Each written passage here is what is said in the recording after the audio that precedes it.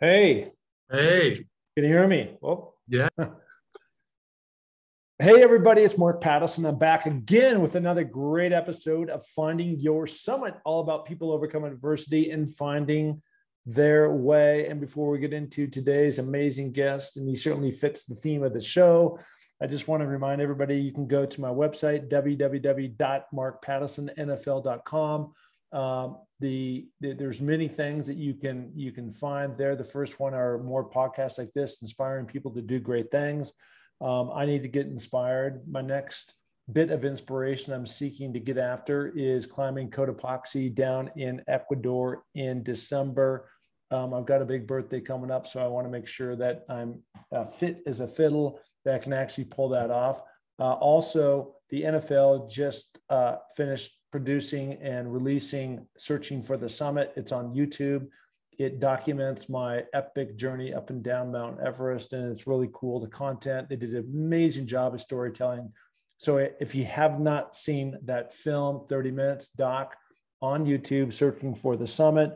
And finally, I continue to raise money for my daughter, Amelia, with Amelia's Everest. She has epilepsy, and we've created a campaign called Amelia's Everest. So every day, every way, I try to do something to drive more awareness and funds towards that cause to help other people. Okay, that's it. So again, www.markpattisonnfl today. Today, speaking of which, I've got just an amazing soul that has had to overcome so much, but in a strange way, it was a blessing in what actually happened to him. It seems almost impossible, but it actually did happen. His name is Jordan Thomas. Jordan, welcome to the pod. thanks so much. So glad to be here and to connect with you. Thank you. Yeah. And then we were trying to figure out how I connected in with you, but I get so inspired. And I've said this before, but when you do podcasts, I can tell you this is that it becomes a grind, and it's super fun to have these conversations, but all the things behind the scenes of going out and trying to find various guests and booking them, and you're going back and forth in email and then researching, and then finally you're ready to have this conversation and off you go. And I've done now 220 of these podcasts. And so, it takes a lot of dedication, just like mountain climbing, just like playing in the NFL, just like golfing, which we'll talk about in a few minutes. But it does take, a grind, and you got to keep your nose, focused on the reason why I'm doing this. And at the end of the day, it's because I get inspired by guys like you, really. And even though I've been able to pull off some cool things, I'm out there by myself most of the time training and doing these things. And what really fuels me and keeps me going is actually listening to stories, because it puts my own situation in perspective of what's important and what's not. So let's start off with your story. So I know this happened roughly 16 years ago, but it's had a profound effect on your life. But let's tee up that day that you were with your parents down to the Keys. You're on a boat, and why don't you lead us through what happened? Yeah, absolutely. Thanks for that intro, man. I've got goosebumps and chills. I got a little teary there just thinking about how important it is for guys like us to connect with one another and find that encouragement and support in one another and sharing that, to share that, So thank you for that. And yeah, for me, August 16, 2005 was one of those days where my life changed forever. I was this able-bodied 16-year-old kid, hyper athletic, really kind of a go-getter. And I was scuba diving with my folks. We were a ways out, 5 miles off the coast there in the Florida Keys. And I had just been scuba certified, and my dad was a big boatsman and loved sort of the outdoor stuff. And so I got certified because my oldest brother got certified. And so we made the trip out. It was about a 40-minute ride out to this spot where we were going to go lobster fishing. And I was impatient, this rambunctious 16-year-old kid, and I had my gear on first, and my dad was still getting his stuff together. And I dove in the water. I gave him the all clear. I was good. I'm getting pushed away from the boat. I mean, this day it was really, the wind was blowing hard. It was really choppy. When you're that far out, I mean, the waves are massive, right? Yeah. So I'm getting pushed away from the boat, and then all of a sudden I realize I'm getting closer and closer to the boat. And so the boat's listing and rocking from side to side. And my mom, the boat's in neutral. My mom's there at the helm, and she made the decision in an instant to gun the boat. I think the fear was the boat was going to come down on my head, and she didn't want that. And so she thought, I'll just scoot out of the way really fast and we'll be safe. Unfortunately, I heard that engine go. I remember looking up and seeing the bottom of the boat, and I heard that roar of the engine, and I felt that sharp pain. And I heard my dad screaming, shut it off, shut it off. And I knew what had happened. I looked down, my fins were gone. I saw blood in the water, and I knew, like, right then and there, it became like, I'm sure you can relate given some of your experiences, but it was very much like a movie. Things got slower, things slowed down. And I knew that I was all of a sudden thrown into this life or death situation. Like, there I was, boom. Incredible. Yeah. Wow. Okay. So let's break that down a little bit. So now you're in the water. This boat has kind of spun around. So the back end is now over the top of your feet and essentially sliced off your both feet from the calves down. And you're in the water flailing, and something tragic has happened, and you're just trying to figure it out.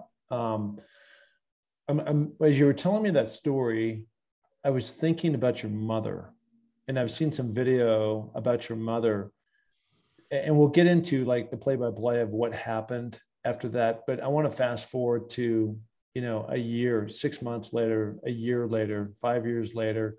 Did your mom ever carry the guilt of all this? Is she's the one, one thing, she was just trying to protect you from this boat crushing you because of the water. And I've spent a lot of time in the ocean. So I understand what you're talking about and how you could certainly come to that conclusion that you got to move this boat. And then the other side, because she gunned it, it probably swung around and clipped you. How has she been with the outcome of what happened to you? Yeah, I mean, obviously it adds a layer of complexity. I mean, it's a tragedy no matter how you face it, right? Yeah. But given that my mom was intimately involved with it, it was really a struggle. I mean, it was really a struggle for her, and she did a lot of work she did a lot of work on the mental health side of things to try to come to terms with it. And I think today, 16 years after the fact, she's in a much better place. It has less charge and less energy. But I still think that there's a sense of guilt and a sense of regret there. As much as I have come to terms with it and have forgiven her. I mean, I think she made a decision in a split instant. She's my mother. I know that she would never do anything to hurt me. I don't think she did anything negligent. Yeah. As much as I've sort of cleared her of that, I think she still carries it some, but I think she's a lot better than she was. I know immediately after the accident, there was a tremendous sense of guilt. And I took that on, Mark. I took on this sense of, I need to protect her. I can't feel angry towards my mom, so I need to protect her so she doesn't feel worse for having this happen. So that added a layer of complexity in my own personal recovery. But at the end of the day, what it's done for us is it's brought a level of communication and vulnerability and authenticity in our relationship that we just never would have had accomplished. And going just a layer deeper than that, I'm just interested in the dynamics when something like this happens, right? Because there's this frenetic sense of, we got to get you out of the water, and now you're 5 miles out. So the next thing is just like, how do we make sure he doesn't bleed out? And then how do we race? And even when we get to where the car was parked and on the boat, now how do we deal with it, getting an ambulance? So we'll get into that in a minute. But from your dad's standpoint, who I know you're close with both your parents, but from your dad's standpoint, how did, in terms of his sense of how this thing all played out and the boat, being gunned and everything, has that worked out okay with your parents in terms of those two and the way they communicate? Yeah, 100%. I think when you see tragedies like this, it goes one of two ways. It either drives a wedge and it splits people apart, or people are forced to come together and connect on a more authentic level. And that's what they did. I think they both made the commitment early on to say, this was a tragedy, this was an accident, this is something terrible that happened. And what can we do now as a result? Like, look, the chips are on the table. Like, what are we going to do with it? And I think they both made that mutual commitment, both to themselves and, as a couple. to overcome this. I don't think at any point either one of us looked at my mom and said, why did you do this? Or so I think it's drawn them close together too, for sure. Yeah. And there's look, I'm just, like human reaction, and this is not pointing the finger at anybody. I'm just, because I have two daughters. I don't know if you have any kids now, and I have two daughters. And if I ever cause one of my daughters some kind of pain or agony or something tragic, like what you're talking about, as a parent, as a dad, that would be really hard for me to ingest and process, and like, how do I take this thing forward? And so, and that's just, at the end of the day, that's just called human emotion, right? It's just like, everybody reacts to things in different ways and perceives a situation and how they're going to deal with it, and how they're going to deal with it in a really positive way going forward. And my sense is just, the way you are, and you've got great energy, and the way that you took this on after, that probably helped also with the healing that everybody in the chain needed to go through in order to, get yourself, so to speak, back on your feet. Right. So, okay. So now you're in the water, your dad probably pulls you out. And how did you get back the another 45 minutes or so? How did you get back to shore without bleeding out? Do you just take like massive towels and you're just compressing? Is that what you're doing? Yeah. So this is another sort of thing that's helped in my healing. Both of my parents are physicians. So, I think without my parents both being doctors, I'm pretty sure I'm not here talking to you today. I lost over half my blood on that boat ride back. My mom took my croquis off my sunglasses and tied that around my femoral artery, towels, compression, elevation, the things that to do. And then they just stayed with me. And my dad, did a great job they both kind of did a great job of getting me back into the boat. They went to work, they went into physician mode immediately. My dad's on the radio. It was on the Coast Guard channel, and he's just yelling prop injury. So by the time we had gotten back 45 minutes later, there's an ambulance there waiting on us when we pulled into the harbor there. And I was taken to a small local hospital. I mean, they'll stitch you up and maybe give you a splint, but can't handle this level of trauma. And so I'm there. I'm in the hospital bed, on the gurney, really, and they're dumping ice on my legs to try to restrict, blood flow. And my dad, both my parents being intensive care physicians, said, where's the helicopter? We have got to get him out of here. Obviously, that he's gonna die.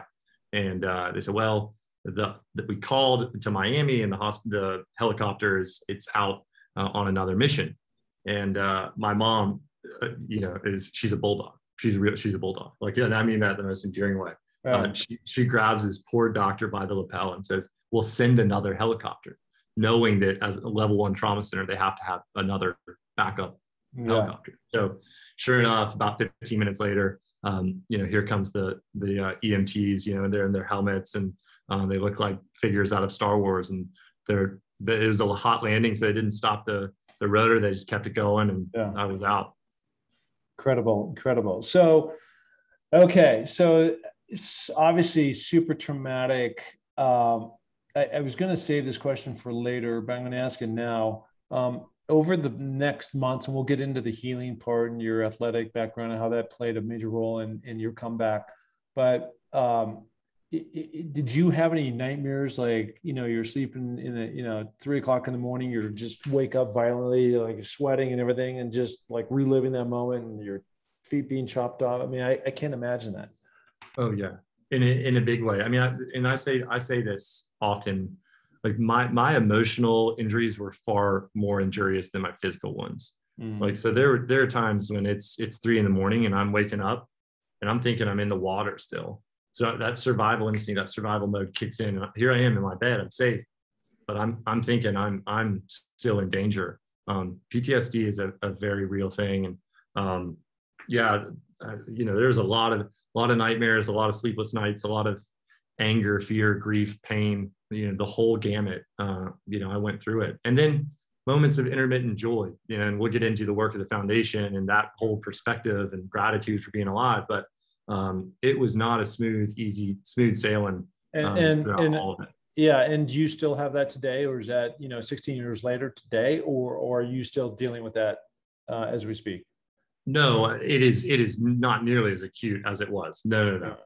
Because I've made the commitment to do the work. I've learned how to integrate a lot of that into my life, and but it's still, I mean, there's still things. You know, I find myself with hypervigilance, being kind of really mindful of where certain things are, and a sense of safety.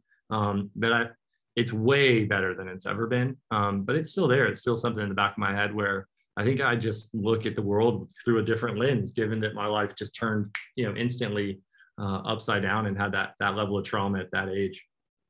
Have you been back to that site? Have you been back down the Florida Keys, gotten the boat, gone 5 miles out, scuba dived? Have you gone back and kind of relived that moment? No, I haven't. I would do it though. I would do it. I've gone back out on boats, and I've not been diving since. But I haven't been back to the Keys. No. Mm-hmm. Interesting. Okay. So 16 years ago, this tragic event happens all in a minute. Your parents are both surgeons. You get airlifted out. Now you're in the hospital. Now you're realizing, what actually happened. So let's start to transition over into the road to recovery. And I know a lot for you has really revolved around the world of prosthetics. So essentially retrofitting you with these legs so that you can actually resume your life of walking and participating in various sports and activities and being able to go down the street, without being in a wheelchair. So, I mean, what a gift that whoever invented these, again, what a gift, right? So tell me about that transition of learning how to walk and retrofit, and just the awareness that you were going to enter this new phase of life. Yeah, the big thing for me, Mark, was I come from a world of privilege. I knew that I was going to have access to the best prosthetic devices that money could buy. Like, I knew that was the reality. I came to learn later on that that's not the reality that many kids have, right? So for me, my recovery was made a lot easier because I knew that I'd have access to things. But I knew that I'd have access, but I knew I had to work my ass off in the intermediate time, right? I knew if I worked hard, I knew if I did the stuff that I do on a daily basis, I'd get back to doing things that I love to do, which was like, I wanted to ski again. I wanted to play golf again. I mean, I was realistic, and I knew that, like, yeah, my soccer career was probably over, and like, I wasn't going to be a great basketball player, but like, those were the things that like motivated me each and every day. I was just so committed. And that's the thing. Like, I know it because you've lived this thing, but like, you find another gear. You find in those moments where it's like just you by yourself late at night or wherever you are, when you experience that level of grief and trauma and those depths of despair, like, there's another gear in there that I never would have found, I don't think, without this type of accident, and I found that. And that's a absolute blessing. And it's amazing that, I think we all have that. Like, I think everyone looks at me and goes, wow, I can't believe you did what you did. And I was like, and my thought is, maybe you just haven't experienced this degree of trauma, even though you've experienced trauma in your own way. One way or another, we've all lost our legs. And I can assure you that.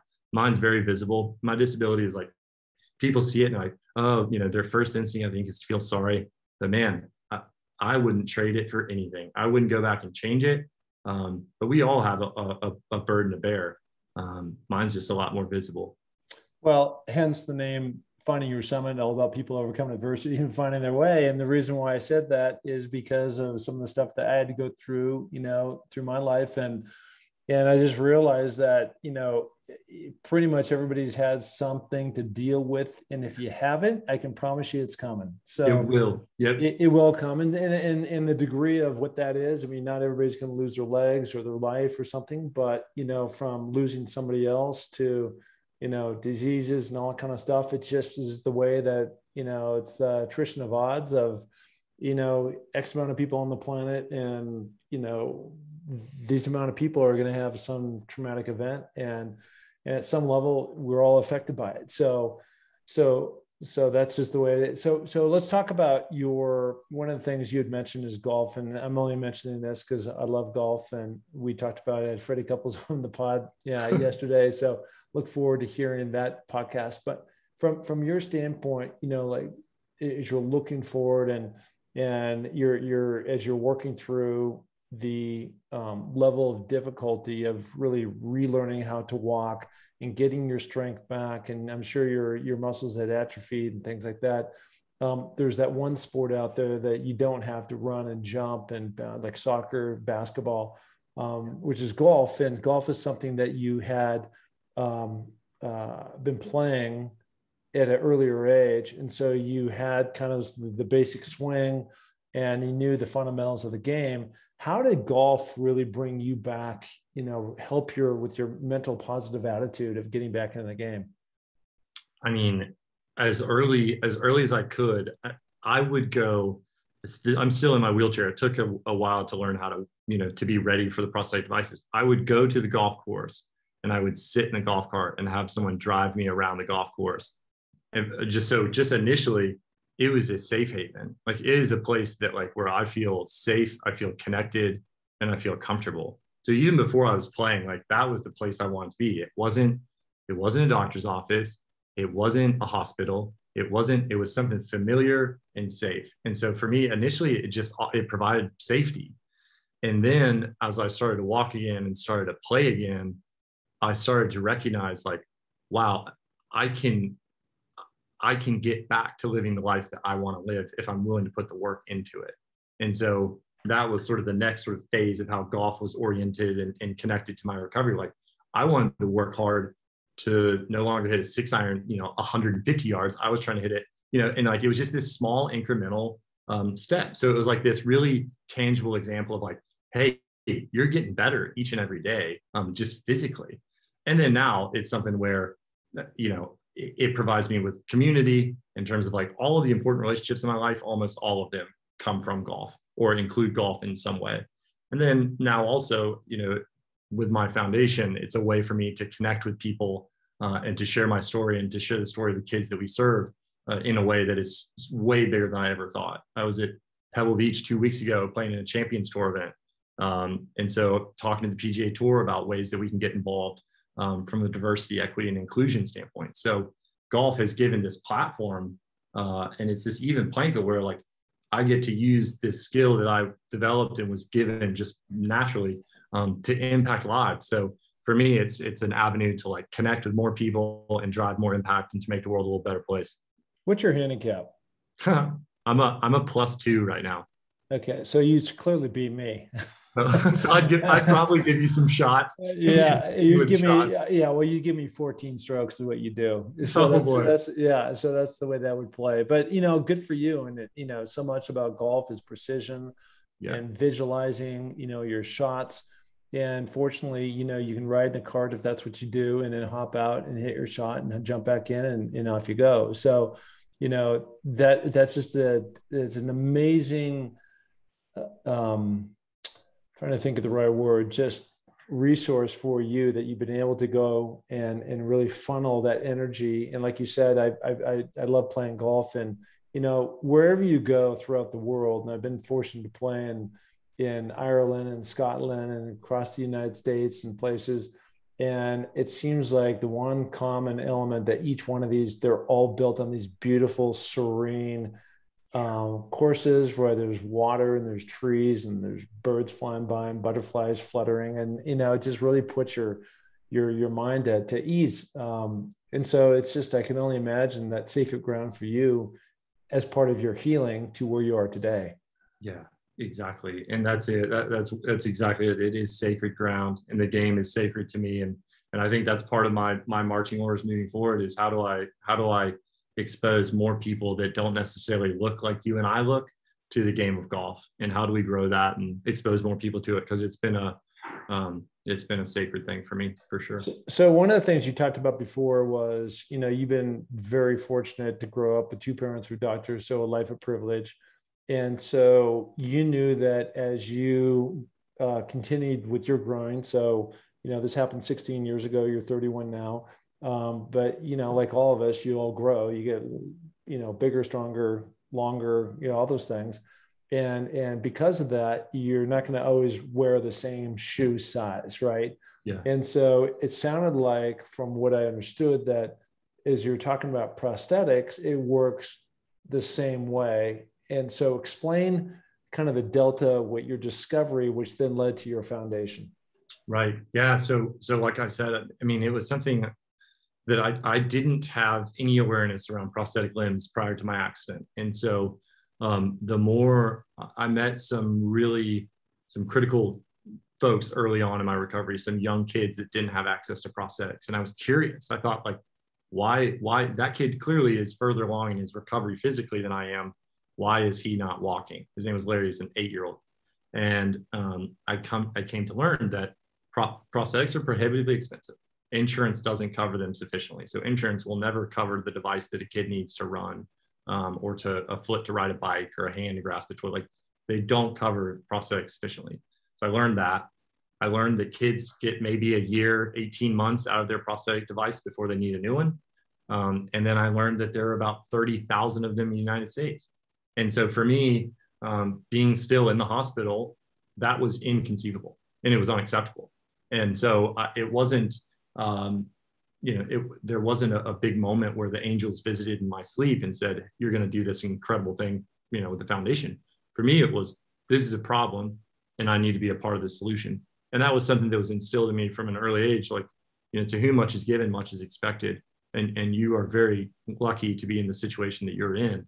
And you have to use that. Like, that is expected of you. And so for me, it was just a natural, this was clearly a call to action. Like, I have to be a part of this. And so that's what we did. We started the foundation there in the hospital in 2005. And our sole focus initially was, how do we help kids get the prosthetic devices that they need throughout their childhoods? Incredible.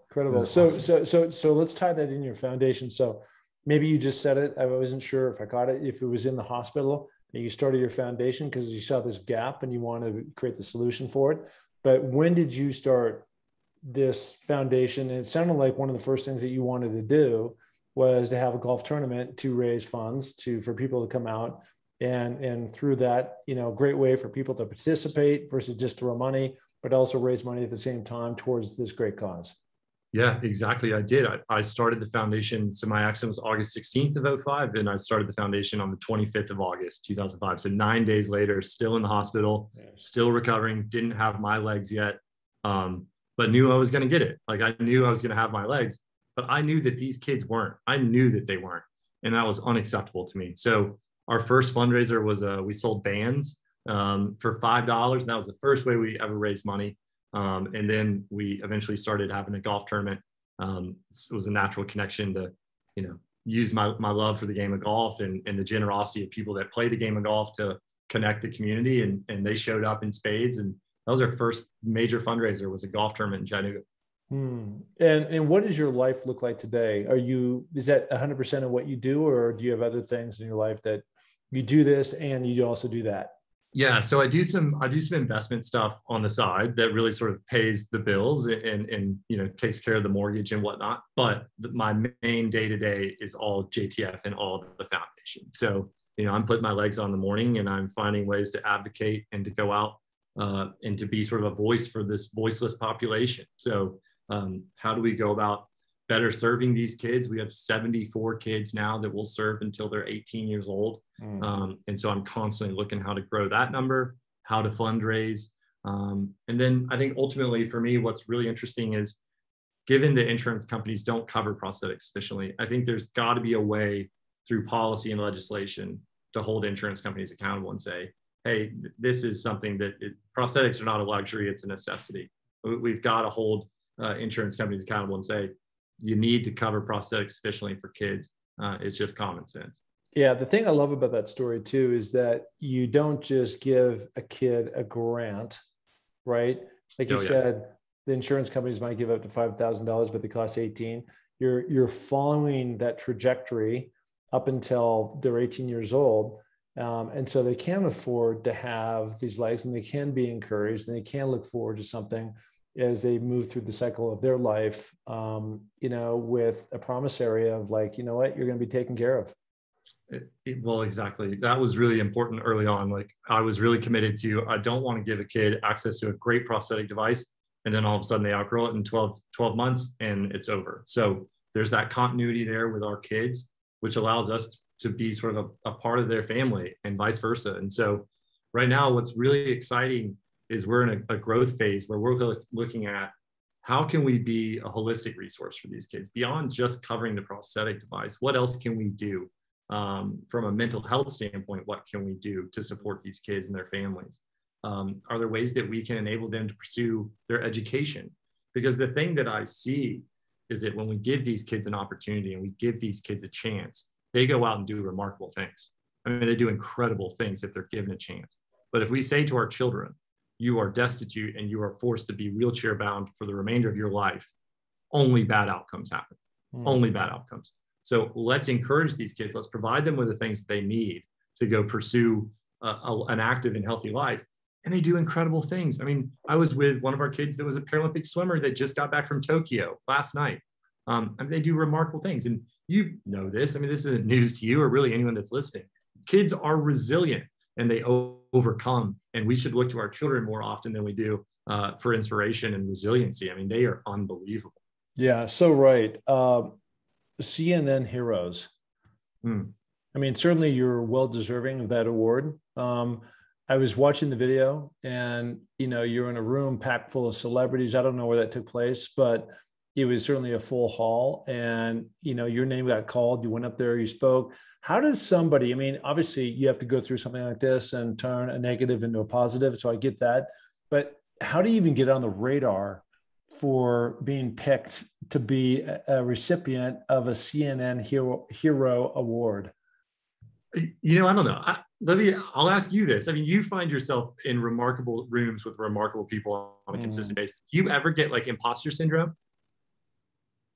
You know, I said that this morning. I mean, I guess you have to put yourself in those positions. And I would also say that there is nobody that has worked harder than me on all these different things that I've done. And, you know, when I'm running up and down the mountains, like we're talking about Mount Everest right now, you know, preparation for that, I put 150,000 vertical feet in last winter in 3 months. And so, you know, there was no cameraman out there. There was no, you know, news reporter, you know, the photographers. I mean, it was me out there doing the hard work every single night, day in, day out. And so, you know, I guess the harvest of those relationships that I have today, or maybe some of the press that I've gotten, the NFL just doing the film, the documentary on my Everest journey, you know, I didn't ask for any of that stuff. It's just because of doing and then giving back, in my case, to my daughter, and partnering with an organization here called Higher Ground has just put me in the position to do that. But there was never a conscious thing of like, how am I going to get attention, or how am I going to like get a movie out of this deal? There was never that. It was just fulfilling what I love to do. And that's it, period. And that is because of doing that, passion with purpose, it's put me in those positions to be in the room with those certain folks. Yeah, it's so well said. I mean, I think that's it. Like, this is what I was put on a planet to do. And I put my legs on each and every day and I go to work, you know, never with the idea of being at the Kodak Theatre in LA, being named a CNN hero.